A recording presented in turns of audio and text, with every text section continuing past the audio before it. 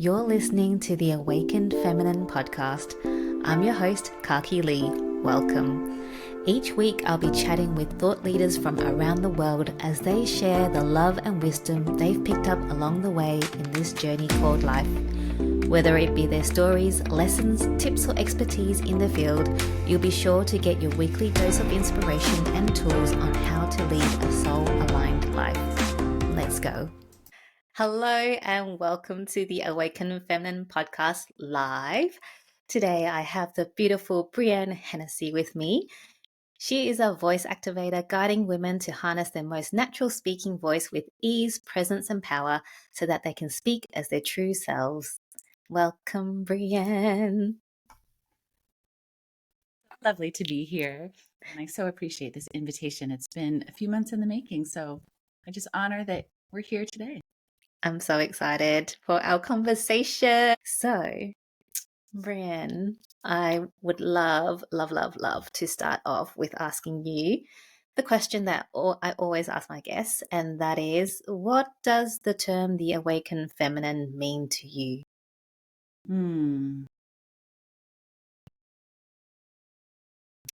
The first thing that came to mind was essentially how I woke up wanting to embody it this morning. And it is 8:30 a.m. where I am right now in the world, and this is not my normal time to be up and judged, as it were. Yet, to me, it comes from choosing that place within that is already our divinity, that comes in masculine and feminine forms, and to really lean into that. And that can be in belief, behavior, aesthetic, all of that combined, but it has to be something that is accessing the level that is beyond understanding, accessing our higher self, our higher being. And to me, I would not have known what that term meant at all if you and I had met even 4 years ago. So I just think it's really amazing, not only our synchronicity of when we met and what you bring to the world, but also now my understanding.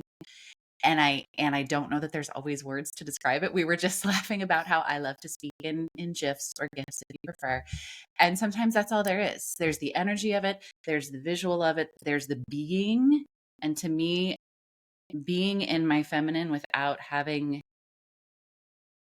the push or the conditions of the external world feels like my higher goddess self.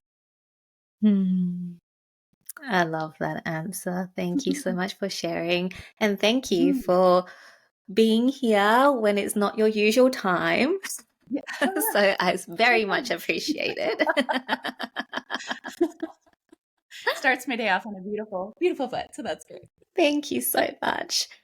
And gosh, when we met sometime last year, wasn't it? Just trying to calculate that this morning, and I didn't have a chance to scroll back through all of our things. I want to say almost a year ago is what it feels like to me. Yeah. And then the more we were chatting last summer, especially, I just see last summer as kind of like, oh my gosh, all these things that we just resonated together with. So yeah, I feel like a year though. That seems right. I feel like maybe a year or just over. But yeah, me and Brienne have the best chats, and so I was just so excited that she's here. And like you said, if you ask me that question, if I ask myself that question, what does the term the awakened feminine mean to me? I would not have a clue. I wouldn't even know what awakened feminine even meant. So it's breaking them up into the two words, right? What does awakening mean? And that's everybody's individual journey, let alone, I imagine, and I would love to hear your take on this, the feminine is having its own reclamation, and yet we have to always define what we mean by that, because it's had a lot of shadow to it as well.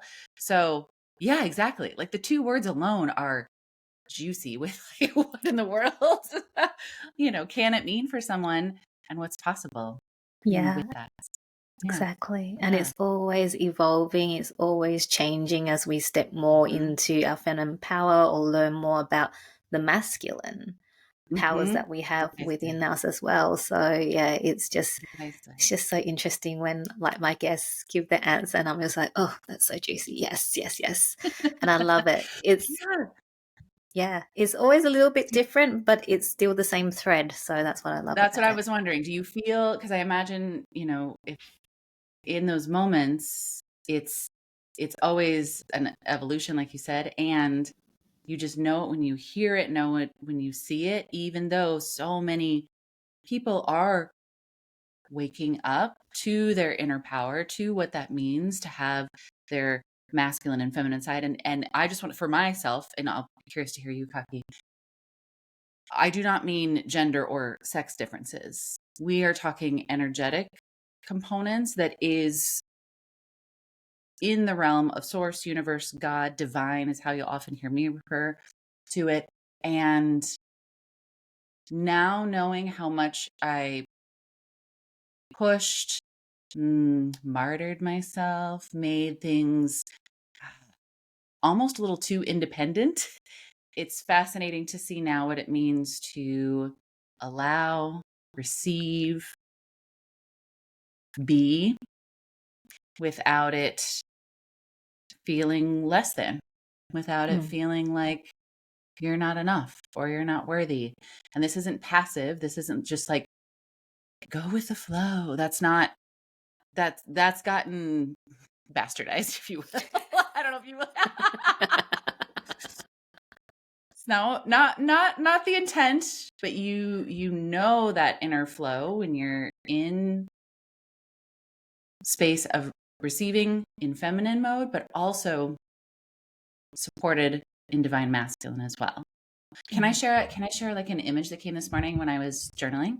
Yeah, of course. Would that be okay? Do you have to Fabulous. ask? You don't need to I ask. wasn't well, I wasn't expecting to like talk about what I was journaling this morning, but okay.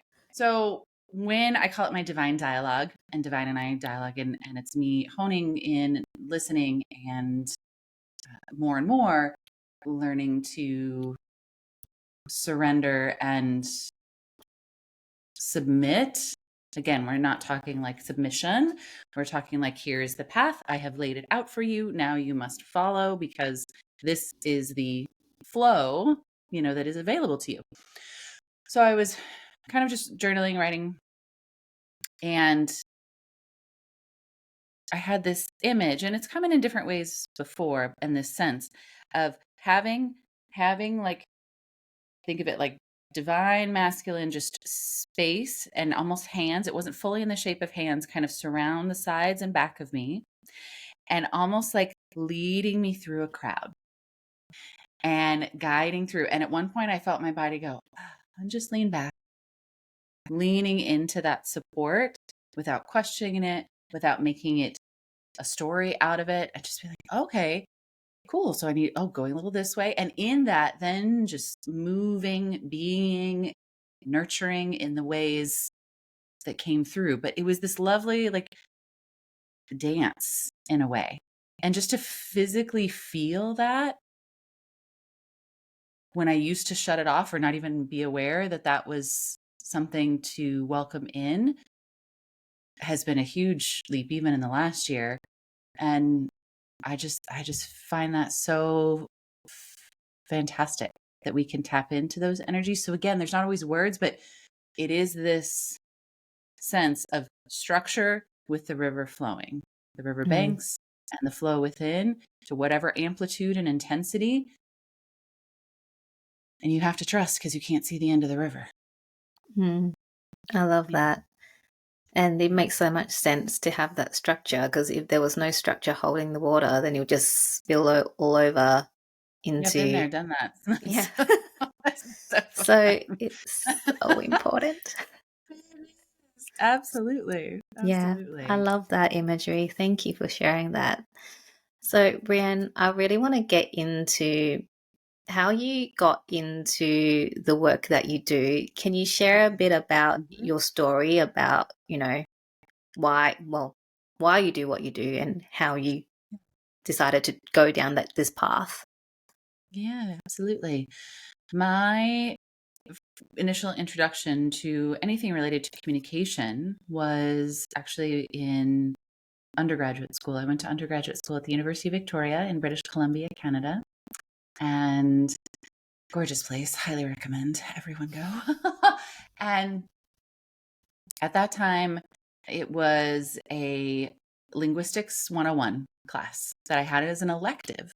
I hadn't even intended to go into school for that. And that really started to open up what I already had been loving most of my life. I used to write poetry when I was little. I love to communicate and talk. That's a big thing. And I also was just fascinated in noticing that I could just sense things about how other people were actually feeling meaning behind it. I couldn't have described it as this then, but it definitely intrigued me. And by the time I finished that undergrad, I had switched my major to linguistics and taken an acoustics course. And sound is just so fascinating. I love the power of sound. I love that sound is literally what created this universe. It is one of those energies that we know and we don't know. And yeah, I love it. And so it kind of started bubbling up that I wanted to focus on voice. I did a couple of research projects relative to voice. There was just something that drew me. And I remember seeing this image of myself kind of flash in, of being kind of like on a stage, but in the wings, and supporting whoever is the voice out in that stage. So I just remember that coming in thinking like, yeah, that would be amazing. Like that just feels really good. So fast forward to graduate school, I got into one of the top programs in the country, in the US, for voice, specifically for speech pathology. So that's my background. And I spent 14 years with the honor of being in some of the top voice clinics in the US. And essentially what that means is I was on the rehabilitative side, taking care of assessing and therapeutically recovering voices that had already experienced some sort of injury that were disrupting people's quality of life so much they had to go see the specialists. And that was really rewarding in a lot of ways. It is amazing to me how much we take this instrument for granted, and we can't always predict when something's going to change with it, as with most of our body in that way. And also it started to become apparent that the types of injuries, there's many, and we have some sense of risk factors for certain injuries. Say if a teacher or an educator is in the classroom and they are talking extensively, but they've just come off summer. So they figure, it's summer, I've rested, it's fine, I'll just go right into the classroom and start talking 8 hours a day. And that would be like asking the marathon runner to get off the couch and go run the marathon with no conditioning and no training. So there's that kind of risk, but there's also folks who would come in, particularly women, who would say, I don't know, something, this just isn't my voice. It's starting to hurt. I don't feel like I'm being heard. I'm projecting, but like no one's listening to me. And these were women who were either leading teams, leading their households, or in a position of needing to kind of level up in some way. And it was showing up in their voice, that there was a mismatch with what was going on with them. And so on the therapeutic side, we can say, okay, well, let's relax the tension. Let's make sure we're getting your voice in a way that's working efficiently, and we have exercises for that. But what was fascinating with that, the more I sat with them and we would start talking about things that were going on with it, stress factors, emotional factors. Sure, we know these can play a role, but truly it felt like, especially for many of them, comes from a place of just such disconnect from their own self-worth. And that's not something they teach you about in speech pathology grad school, I can tell you. So I felt very honored that, interestingly, my own personal journey had taught me a lot about my self-worth and when I wasn't connected to it and what transpired to connect me to it. And by the time the idea floated in to step out on my own, I felt like it was really this next level of preventative wellness, preventative care for an instrument that does need conditioning when you're speaking hours on end or require your voice for your livelihood. But also, this is a conduit to our wellness. This is a conduit to us showing up and being expressive, being heard, speaking in a way that we know is us. Not everybody speaks in the way that is actually them. We all know somebody. Maybe we don't necessarily want to call them out to it, but whether it's what they're saying or how they sound, or you don't believe quite what's underneath that, I think the voice is a beautiful and powerful way to align who we are with what we're saying, what our beliefs are.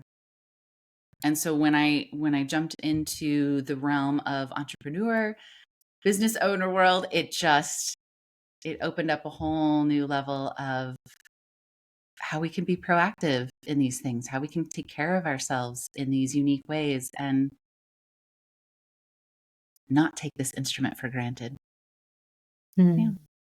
Wow. It's so fascinating how our body is constantly giving us clues on when we are misaligned. Yes, exactly. Do you find, and in that vein, do you find, Kaki, there's something, because I'm sure everybody listening has something where they're like, oh, we usually put an extreme to it. I always get X, Y, or Z. Do you have something that comes up in your body that is the kind of, hello, I'm talking to you. Pay attention to me. Well, the most recent thing that's been coming up is anger, so emotions, Mm. Yep, more because that's emotional. something I've always suppressed. Like, Kaki doesn't Yeah, get angry, so I've right. been suppressing that. So the most recent thing that tells me I'm misaligned is anger or rage. Mm. Previously, probably when I start feeling like I just have this feeling in my body where I'm like, something's off, I need to stop, but I don't really know. I'm just going to Yeah. keep pushing and then I get sick. So that's usually my thing, to know that I need to recalibrate or just stop and reassess what's going on. Yeah, absolutely. That's really, I mean, as you know, not alone in that. And the dis-ease can show up in a lot of different ways. Yeah. And voice is definitely not immune to that in the sense that, a lot of folks I work with are the frequent laryngitis folks. Oh, I get laryngitis multiple times a year. That's not normal to get it multiple times a year, or to feel like the voice isn't as strong as it could be, or to feel, and was my experience before a lot of my own initial awakening. Again, didn't know that word at the time, but now hindsight, my tone of voice. I can't even tell you how many times people would say to me they didn't like my tone of voice. And I was like, what?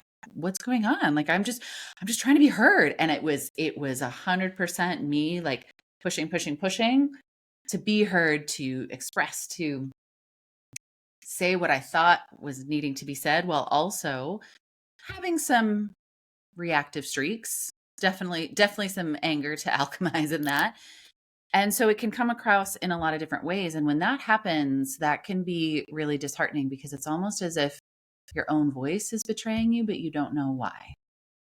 You're like, but I don't know why you're not hearing me the way I intended, or what tone. Usually I couldn't understand what they meant, but just again, yeah, like you said, something was off and I was like, oh, okay.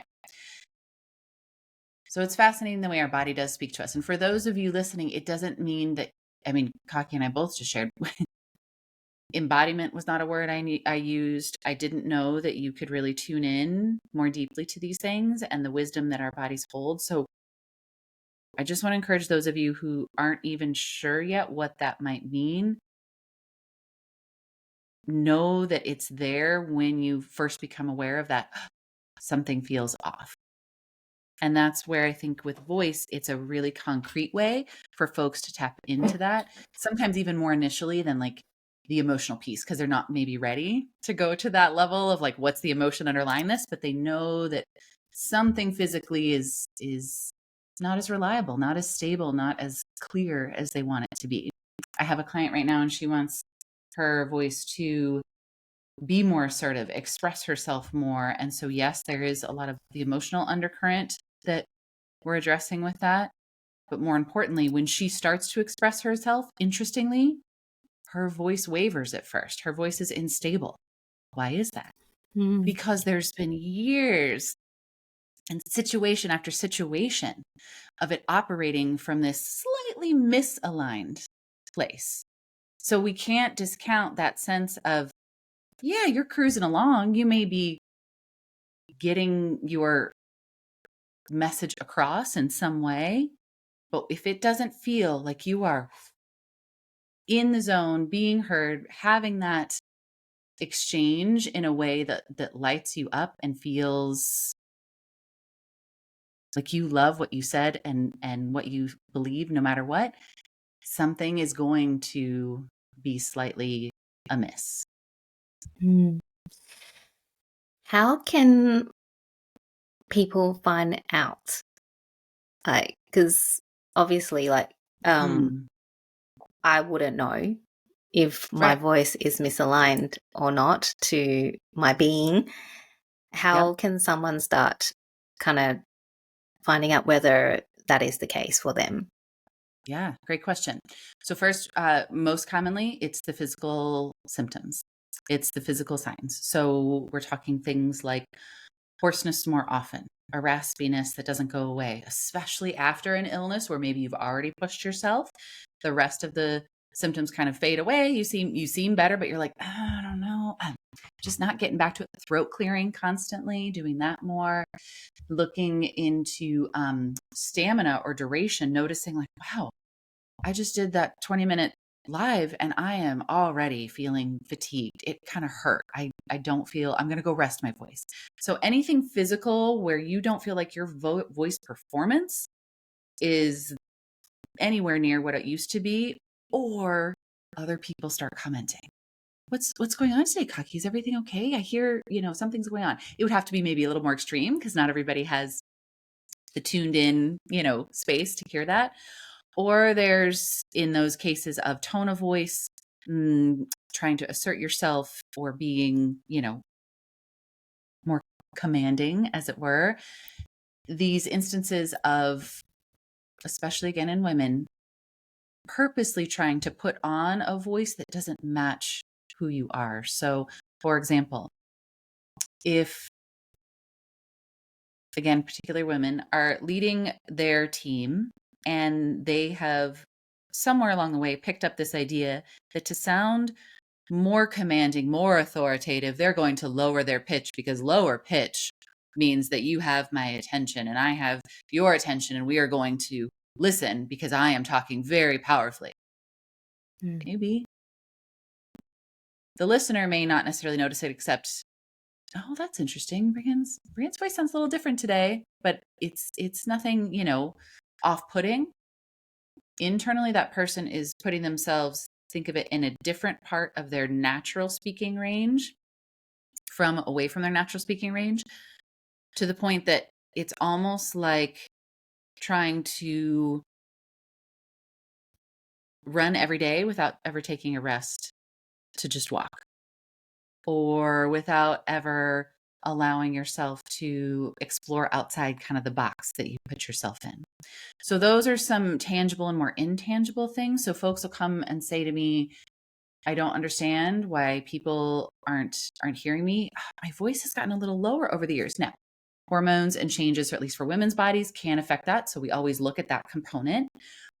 I try to project and fill the space, but it's like nobody is hearing me anymore. So that also is a compensation people do. Well, I'll just get louder. That's when people will hear me. And the problem again becomes, we're pushing harder with a system that just wants to work optimally, that knows naturally how to be. And if your voice doesn't naturally live down here, that is not long-term going to be healthy, because you will start to feel the physical symptoms of that too. Sometimes there's the component of people not even liking the sound of their own voice, so they want to change it. They come to me saying, I sound, what I get most often, high and squeaky, Minnie Mouse, all of these kind of caricature sounds that people think they sound like, and they want to change it. Again, we're not here to put something on you that is not your personality, that is not naturally you. If you naturally have a higher, maybe airier, breathier voice, so be it. Like, again, we look at what are you trying to box yourself in from the conditioning that we get externally, from the expectations, from the biases. So I know it's kind of a long list, but it really does depend which side, the physical or more the miscommunication element that people are getting in their day-to-day relationships, that people come to me. Yeah.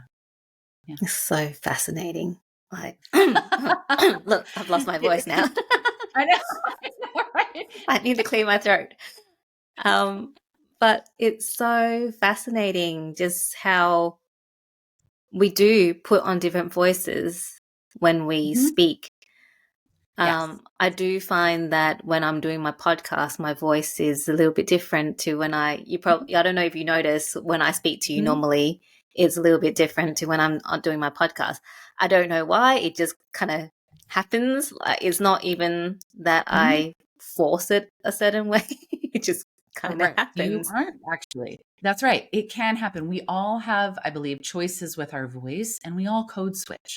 Code switching is normal. So code switching means that you are switching something about your language, your behavior, your way of communicating your voice in various scenarios. We code switch, for example, my mom voice is very different than my presentation voice. Yeah, see, every mom's going, yep, I know what you mean.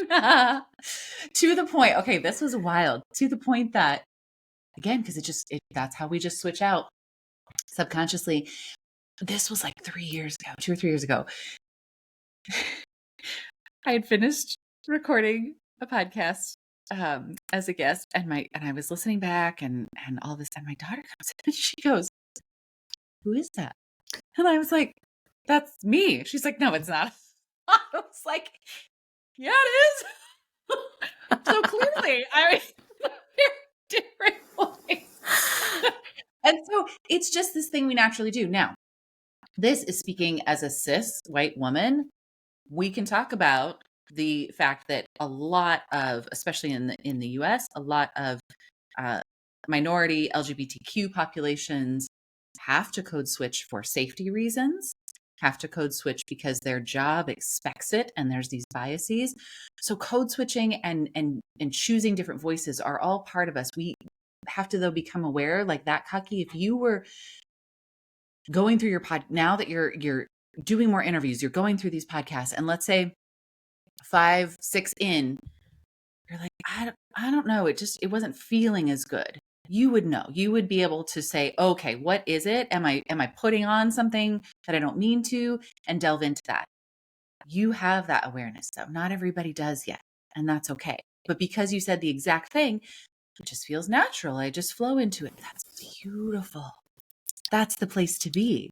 And so whatever voice you want to put on, the important thing is it comes from within you.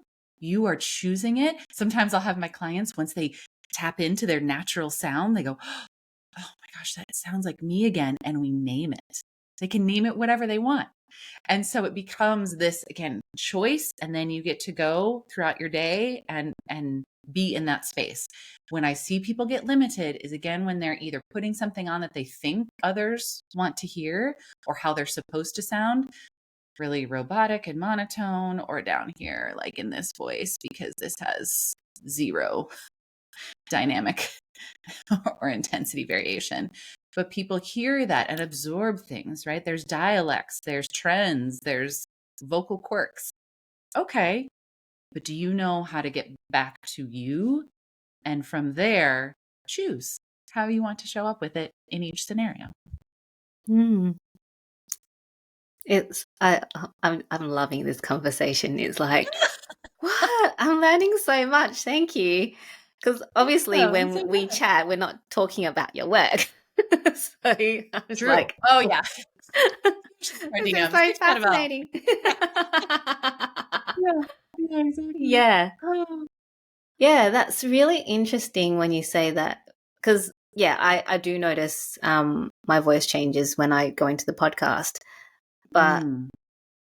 I love you kind of validating that that's okay, because sometimes I think, oh, am I just like putting this voice on? But I'm not. It just kind of comes when I do a Yes, podcast. it comes through, and it physically, we go back to the physicality of it, because this is where it could be a first little barometer and signal. If it physically feels easy and in flow, and you are like, wow, this is awesome, great. If you get to the end of them and there was fatigue, or you're like, I better not do like back to back recordings, or, let's say some people do batch recordings and they are going and going, there starts to be that disconnect. And then that can physically show up again, just because this is the instrument doing the work in this moment. Yeah. How Yeah. So I think interesting. it's awesome that you notice you have a different one. And the morning voice just flew in. I have my morning voice. I will say, I proactively did extra warm ups in the shower before this time, given that it's earlier than my my normal talking time. And so, but that's an option for me too. I could have shown up in morning voice just because that's what I felt like doing, but we don't judge ourselves for it. We don't try to change it because we think it's supposed to sound like something else. Or how many of you, I would love to hear this in the chat or on the replay, how many of you, either through radio host, other podcasts, whatever it is, go, whoa, that's like that kind of intense radio voice. And we all know kind of a little bit what that means. Sometimes it's very pleasing, but that version of it means kind of like, wow, could they be more fake sounding? Because they think they have to do a certain type of quality and tone instead of just talking with us. Mm. Yeah. News So that's kind of a reporters. subtle like side note. Yeah. Yeah, news reporters. Because Yes. That's a great, yes. Go ahead. That's a great example. so there's a girl that used to go to my high school. She is now our news reporter. And I mean, Mm. I love how she speaks when she's reading the Yeah. news, but it does not sound anything like what I remember her to be. She's got that news reporter voice going on.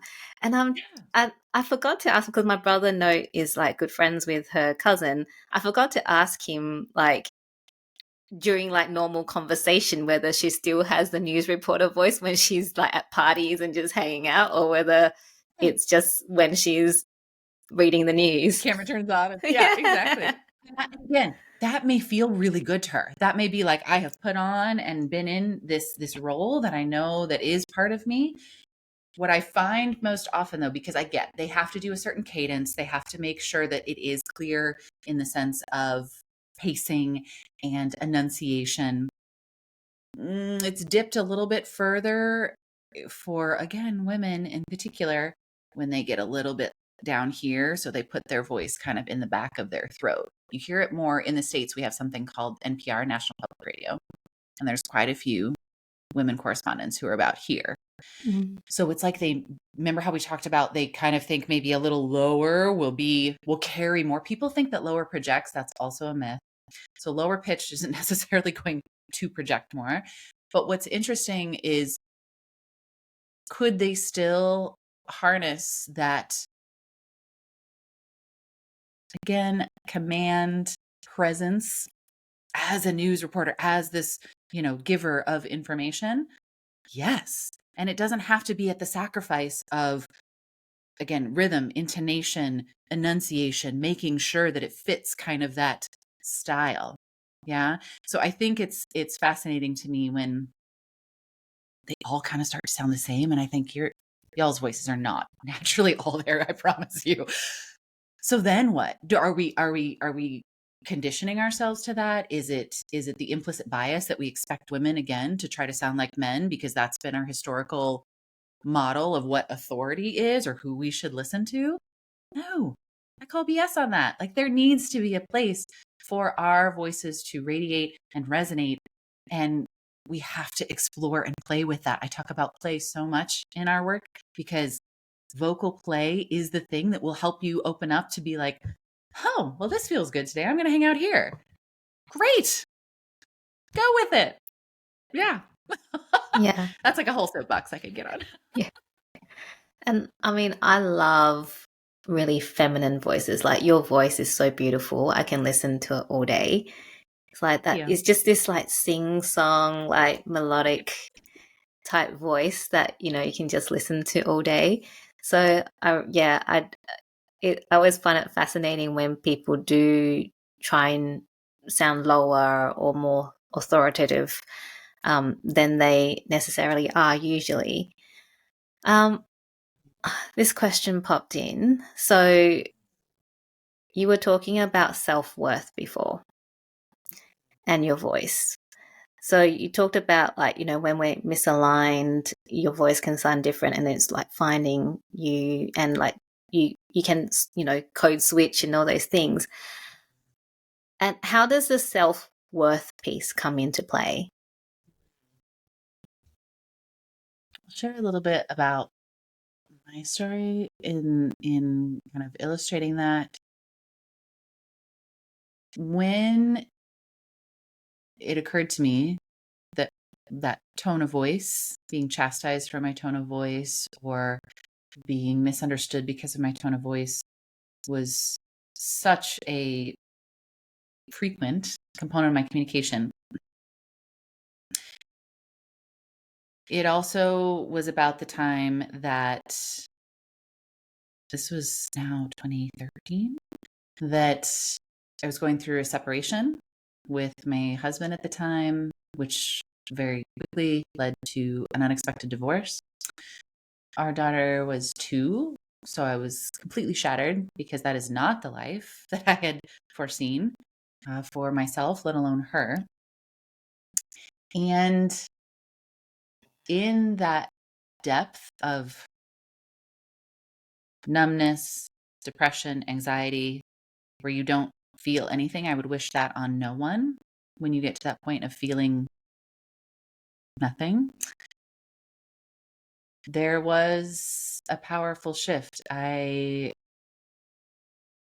was reading a couple different books at the time, and one in particular really made me go, oh, it was like that first I like that word, validation, to be able to let go. I was very controlling in the sense of how I wanted things to go or be, or when you're not heard, you push harder if you don't know to let it go or to trust that there are actually your aligned folks to hear you, whatever that may look like. So in that time, I just remember this. I don't think I was worthy of any of that life. And that was a shock to me because I knew I didn't have maybe the most confidence. I might have appeared confident in my work life and all of that, but I didn't really trust myself nor think I was worthy at all. And I became very aware of that because I had day in and day out critical mind chatter, as I call it, constantly. And it got louder and louder and louder until that moment of, oh, this is me feeling worthless. And then what does it feel like to have that little spark of, oh, I am worthy. I can let go of these things and still be worthy.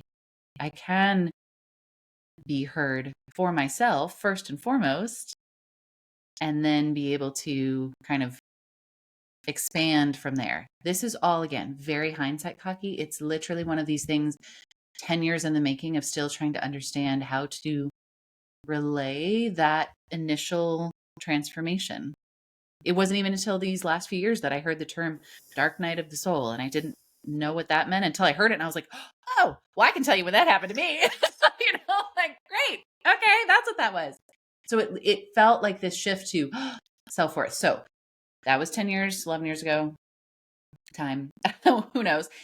So in that time, remember how I was then talking about, so I'm in the thick of like working with these patients day in and day out. My expertise as a master clinician is growing, and yet I'm starting to see these similarities for people who also chastising themselves, judging, berating themselves, always having that running train of critical mind chatter. And when we have that going on up here, we are completely disconnected down here, disconnected from our heart. So to me, once that started to kind of formulate and we started to kind of focus in on that, both for myself and how I've chosen my self-growth path, but also in the way I started working with patients, the voice became it wasn't about improving it to get it back to a baseline. It was about it being the replenishing and recovering tool, gift, medicine, if you will. So it wasn't just, I want to make sure that my voice is clear, strong, powerful. It is, my voice can actually be the element that I use to connect, to bring forth that heart-centered, worthy self. I just think of it like a two-way street. It's not just something we're putting out there, it's something we can reflect back onto us. So back to the self-worth piece and the tone of voice, when that happened for me, and I recognized that I could choose to know and believe and started to feel that worthiness within and that connection, renewed connection to divine and source, I never, ever, not once, got commented about my tone of voice again. And that was the biggest shift. Why? Because I wasn't operating from saying one thing here, believing a different thing here, or disconnected from here. The alignment was starting to become closer and closer and closer. And to the point now that I'm so grateful, like with my personal practices, my discernment has gotten much better.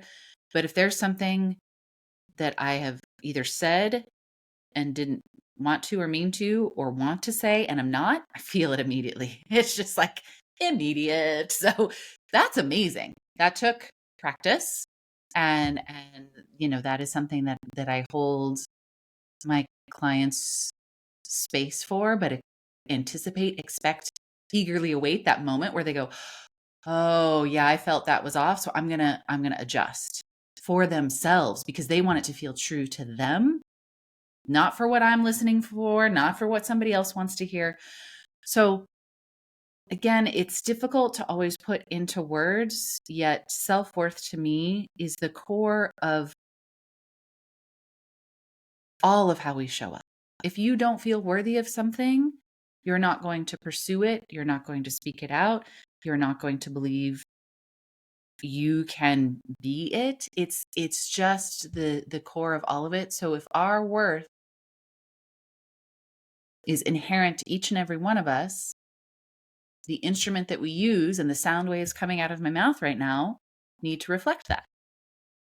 There needs to be that level of energetic signature, vibration, imprint that you're feeling, anyone listening is feeling, and most importantly, that I better be feeling. Or what? Or it's just this mismatch and we're just kind of mindlessly going along and something feels off, but whatever. No, that's not our full, whole, vibrant selves coming forward. And yeah, it's been more and more formulating for me over the last few years. But to me, I believe it has everything to do with it. And self-worth can come through voice, and voice can activate your self-worth. It goes both ways. I love that. And that's why when I asked, when you fill in the questionnaire to come on my podcast, I asked, what would you like to name your episode? And you wrote Vibrant Vocal Alignment, Why Resonance of Your Inner and Outer Voice Matters. That's great. And yeah, I mean, we've been talking about that the whole time. So it just makes so much sense. Now, you're saying that, your outer voice can also influence your inner voice. Yes. Like we talked more about like how the inner voice, might cause your outer voice to, actually, what is it? Your outer voice and inner voice don't match, right? So then if someone, yes, where you're not listening. yeah. Yeah. So, Mm-hmm. and then that shows in your outer voice where it is not aligned with what you're saying inside. So how can someone change their outer voice to match their inner voice? Like, do they change how they talk, or like, what do they actually have to do? In this, and I want to be like absolutely clear with this, when I refer to inner voice, because this is also what I've seen, I mean intuition. I mean that knowing that we all possess. I clarify that because sometimes I see people talking about the inner voice as that mind chatter, that berating critical mind chatter. So that's not what I mean.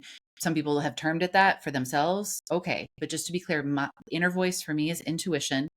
Critical mind chatter is that internal space of just often criticism, but it doesn't always have to be that way. I've shifted it.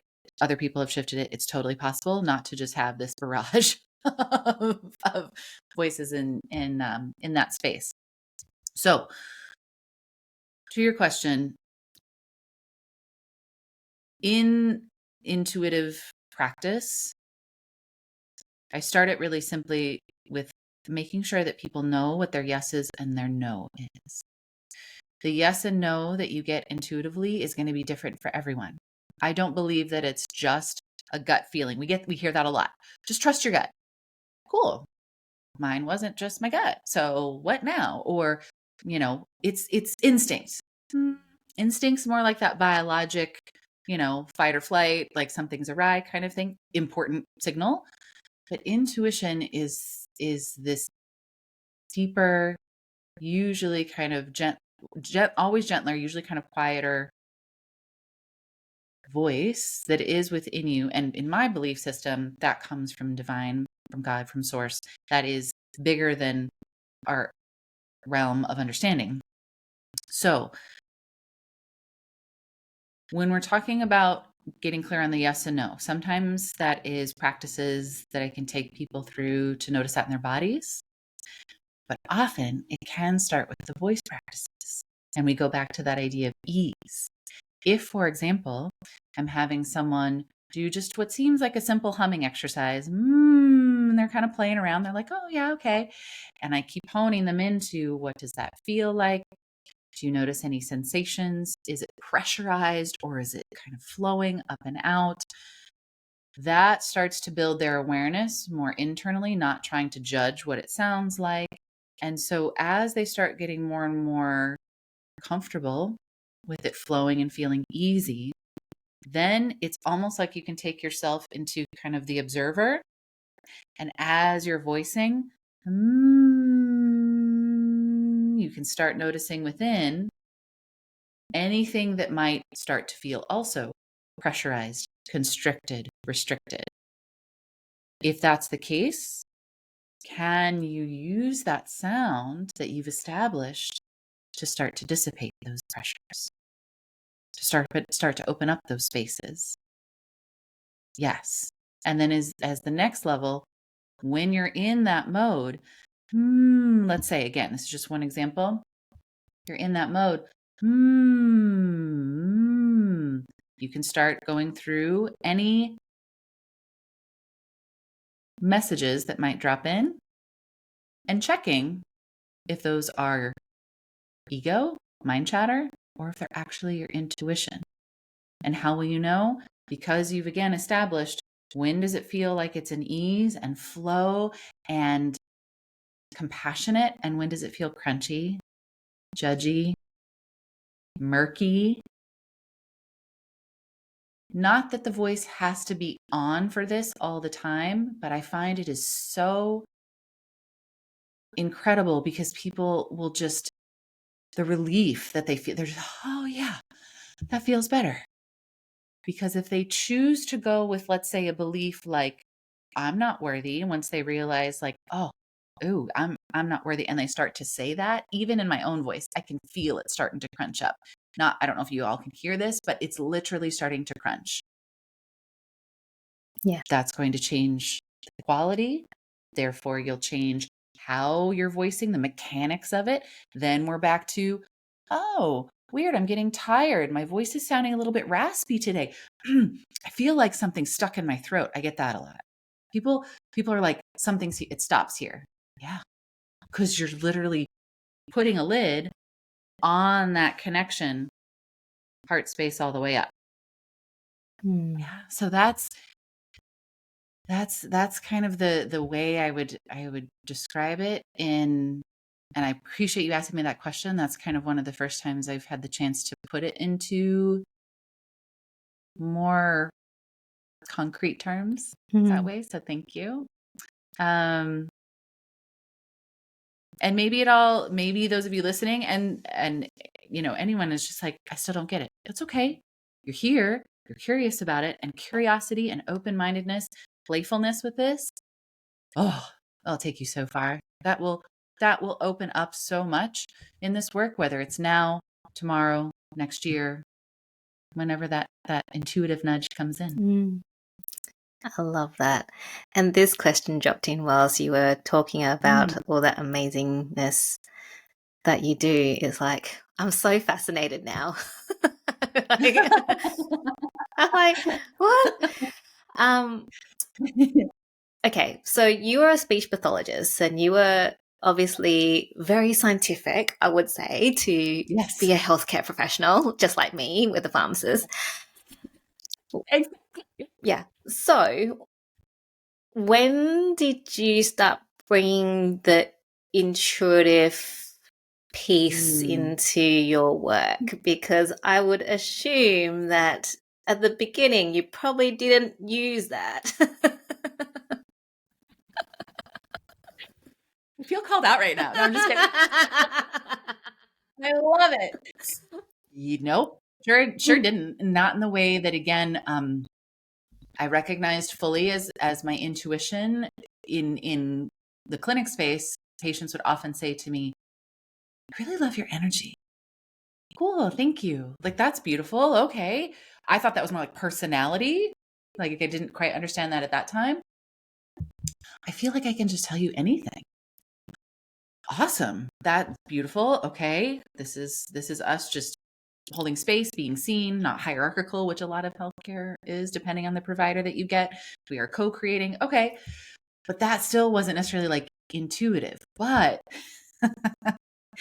the more the probably like final 5 years that I was in the healthcare setting, so like 24 of the 14 years, like 2014, 15, math, 2016 to like 2019, I had amazing clinical fellows. So in speech pathology, you finish your grad program and you have a year of clinical fellowship. It is your first job, but you're also still having a mentor and kind of learning the ropes.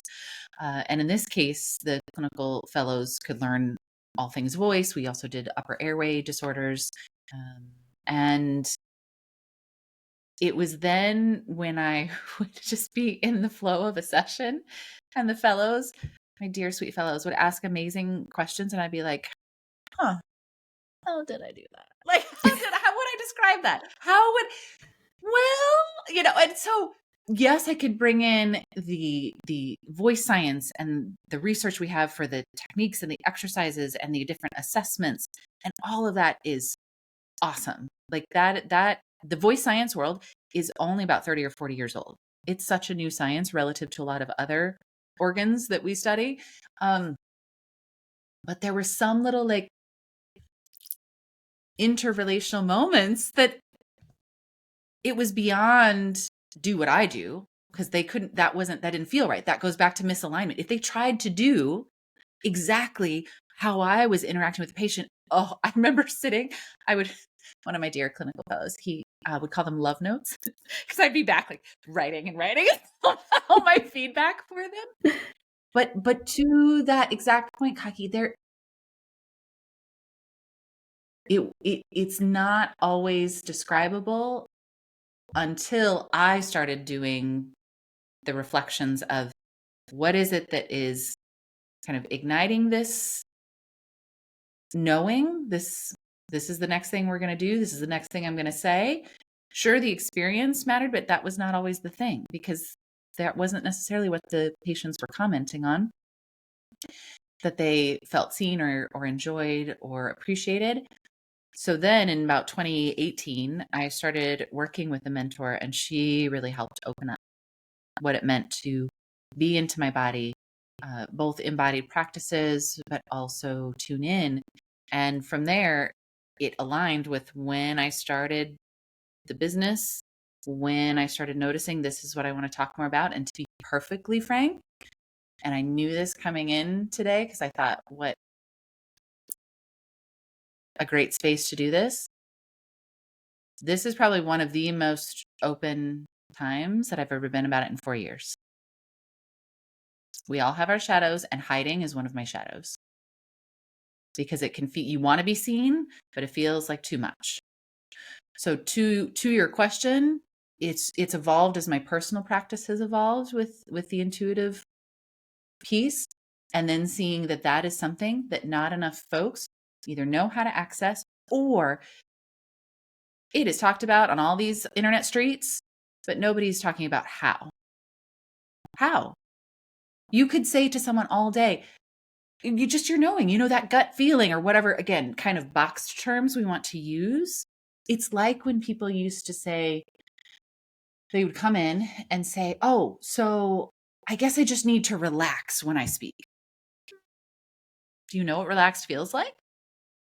No, I mean, no. Okay. So we've got to define it. We've got to feel it. We've got to practice it. And that's the way I feel about intuition now, is that the things that it's opened up for me have been incredible, and nobody's really talking about how to do it. So I created a workshop for how to do it.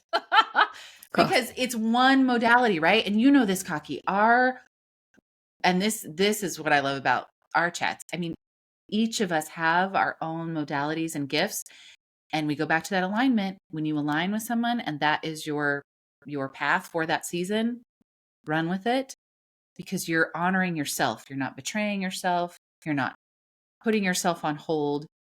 All fit signs of less than, worthlessness.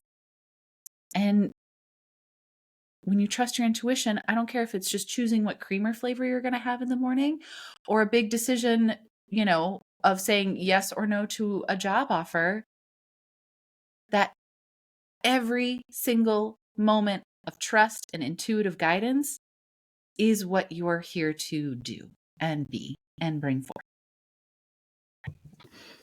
I have more to say, but my sacral is going, stop talking. So see, I need to listen. This is because I just go, but this is where my body's like, you've got to slow your roll and let Kaki talk. It comes in handy in so many ways. Well, I love it. You're here to talk. So I was just going to say, mic drop.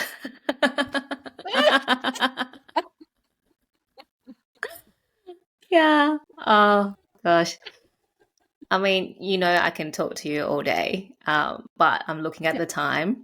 So, oh, look at us. I know. I was like, I just went, oh, it's been like an hour already. We didn't have anyone join us in the studio today, probably because it's too early in the morning, and also quite late at night for me, because it's like 10:30 p.m. over here. Oh. So that's cool. People can catch the replay, so it's all good. Absolutely. But Brienne, I want to ask you one last question before we go. Well, maybe probably two questions. The first one being, what would you like our audience to take away with them today?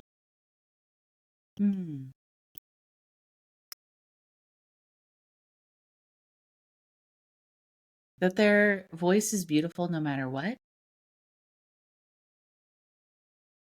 That every time that you have an awareness to liking, even loving your voice, you are loving that much more of yourself. And I believe that you and your voice are worthy at all times, and I want you to believe it as well. That's so beautiful. Thank you for sharing that message. Such a beautiful take-home message. Okay. And I know, Brienne, that you have a special gift for our audience and something else I as well. do. So if you can share that, that'd be Yes. amazing. Thank you. I would love to. So, as we were talking about the physical component of the voice, I have my top 10 voice care kind of foundational tips. This is a list of things that when you look at that list, do not have to do all the things. Please don't overwhelm yourself. This is a list that you can start going through and say, oh, yeah, I want to start that a little bit to get my voice a little bit healthier. I want to make sure I'm taking care of my voice in this way. This would be like starting a new movement program for your body.